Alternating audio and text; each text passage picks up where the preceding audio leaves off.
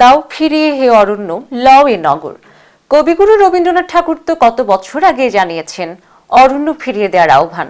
নাগরিক জীবনের প্রায় যন্ত্র হয়ে যাওয়া মানুষগুলোর জীবনে কয়েকটা বৃক্ষ, একটুখানি সবুজ প্রকৃতি, এতটুকুই যেন চাওয়ার। তাই তো গাছ লাগান আর পরিবেশ বাঁচান এই স্লোগানে মুখর পৃথিবী। তবে যদি থাকে এমন কোনো দেশ যেখানে নেই একটিও গাছ, তাহলে কেমন হবে? সে দেশগুলোর সংখ্যাও আবার গোটা 4টি। কোন সে 4টি দেশ? বিস্তারিত জানবো প্রতিবেদনে। পার্থিব জগতে যা কিছু স্বস্তির তাতেই প্রকৃতি। নিসর্গ এখানে স্বর্গসুখ দেয়, আর প্রকৃতির বিশাল একটা অংশ জুড়ে রয়েছে গাছপালা।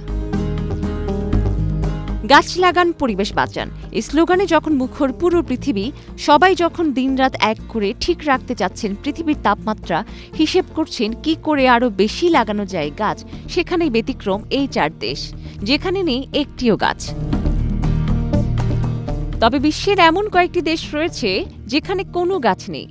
এমনটা নয় যে সেখানে অপরিমিতভাবে বৃক্ষ নিধন হয়েছে। এসব অঞ্চলে আদতে গাছ জন্মানোর সুযোগই পায়নি, তাই মাইলের পর মাইল হেঁটে গেলেও চোখে পড়বে না একটিও গাছ। এই তালিকার শুরুতেই রয়েছে গ্রিনল্যান্ডের নাম। আশ্চর্যের ব্যাপার, দেশের নামেই রয়েছে গ্রিন, কিন্তু বাস্তবে সবুজের দেখা মেলা ভার। মাইলের পর মাইল জুড়ে শুধু সাদা বরফ, দু চোখ মেলে সবুজ দেখা এখানে বিলাসিতা।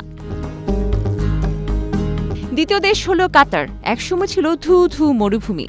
যত দূর চোখ যায় আকাশ ছোঁয়া অট্টালিকার প্রাচীর আর বালি ছাড়া কিছুই চোখে পড়ে না কাতারে। তবে বর্তমানে নিজেদের উদ্যোগে কাতারবাসীরা লাগিয়েছেন গাছ, সৃষ্টি করা হয়েছে কৃত্রিম বন। বিশ্বব্যাংকের সংজ্ঞা অনুসারে আরও 2টি দেশ রয়েছে যেখানে কোনো বন নেই, সান মারিনো এবং ওমান। তবে এসব দেশে কৃত্রিম বন তৈরি করা হয়েছে। বিস্তৃত বনভূমি না হলেও ওমানে প্রায় 2000 একর জমিতে গাছ রোপণ করে কৃত্রিম বন তৈরি করা হয়। কে জানে, হয়তো এই বনায়ন প্রকল্পের মাধ্যমে একসময় সবুজ শ্যামলিমায় ভরে যাবে এই ধুধু মরুভূমি। আরও একবার প্রাণ ফিরে পাবে প্রকৃতি। ডেস্ক রিপোর্ট, প্রবাস খবর।